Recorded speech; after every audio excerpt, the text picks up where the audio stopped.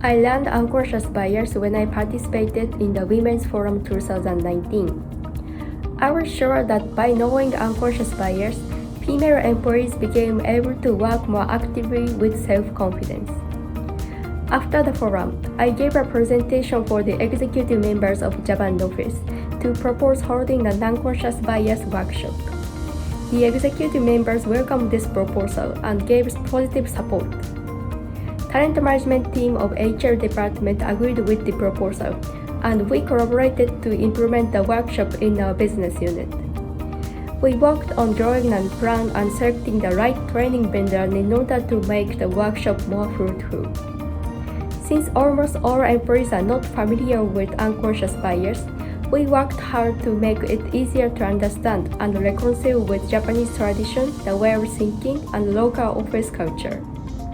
We expected that the workshop would be useful for all the participants and hoped they would make use of learnings from the workshop in their daily lives.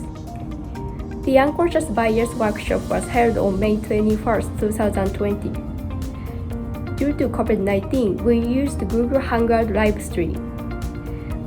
But the session proceeded with perfect two-way communication thanks to the digital tools.